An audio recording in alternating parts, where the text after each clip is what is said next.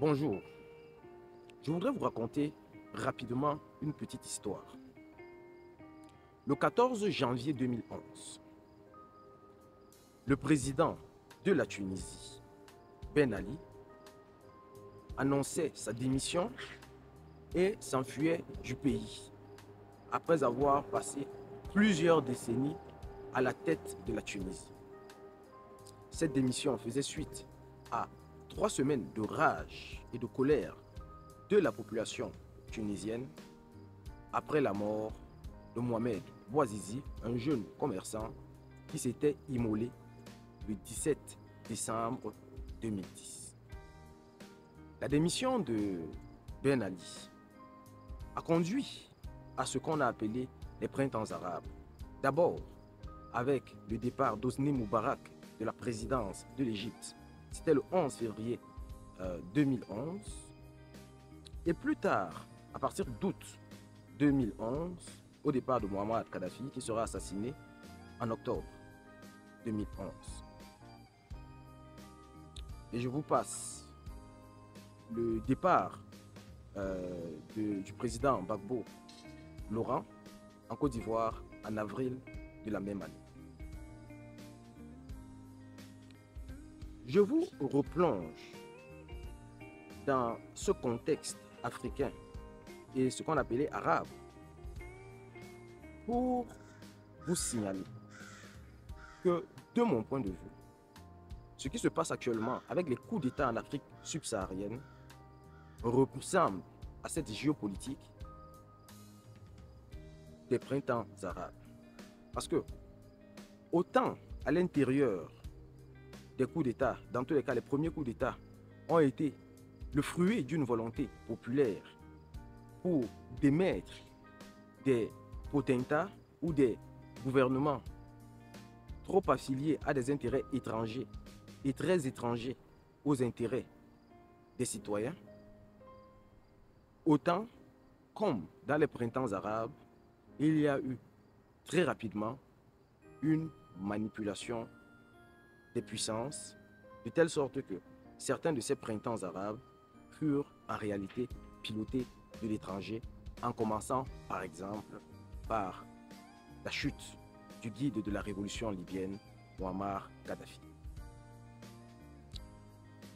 Si je vous dis cela aujourd'hui, c'est parce que après ce qui s'est passé au Mali, ce qui s'est passé au Burkina Faso, ce qui s'est passé d'une certaine manière en Guinée et ce qui s'est récemment passé en juillet au Niger, on voit poindre aujourd'hui, fleurir dans l'opinion publique de la France, une idéologie, un discours dans lequel il semblerait que les chefs d'État africains doivent désormais partir par le truchement d'un chef d'État, d'un coup d'État, en commençant par les chefs d'État qui se montrent hostiles ou retors aux stratégies françaises en Afrique ou qui s'ouvrent à d'autres partenaires internationaux. Moi, je voudrais dire ceci. Nous n'avons pas besoin d'un départ, par exemple, au Cameroun, du président Biya par des armes. Nous avons la possibilité de le faire partir par la voie des urnes. Et nous nous y engageons quotidiennement en inscrivant les gens sur les listes électorales, en procédant à la formation citoyenne des Camerounais, en renforçant et en incarnant les institutions de la République. Un pays ne se construit pas dans le désordre. Si certains coups d'État peuvent avoir des circonstances atténuantes, en aucun cas, le coup d'État peut devenir un mode de gouvernance, dans tous les cas, en dehors des aspirations les plus profondes des peuples et des citoyens. Aussi, je mets en garde les Camerounais contre toute tentative de manipulation. Ces discours qui appellent au soulèvement populaire, c'est de l'aventure pure et simple.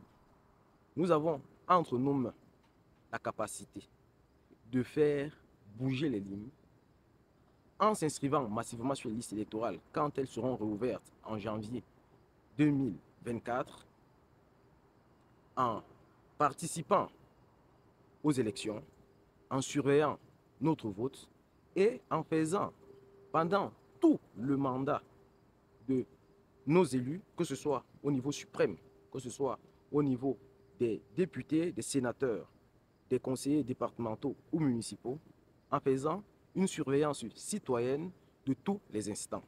C'est comme ça qu'on construit un État, c'est comme ça qu'on construit un pays.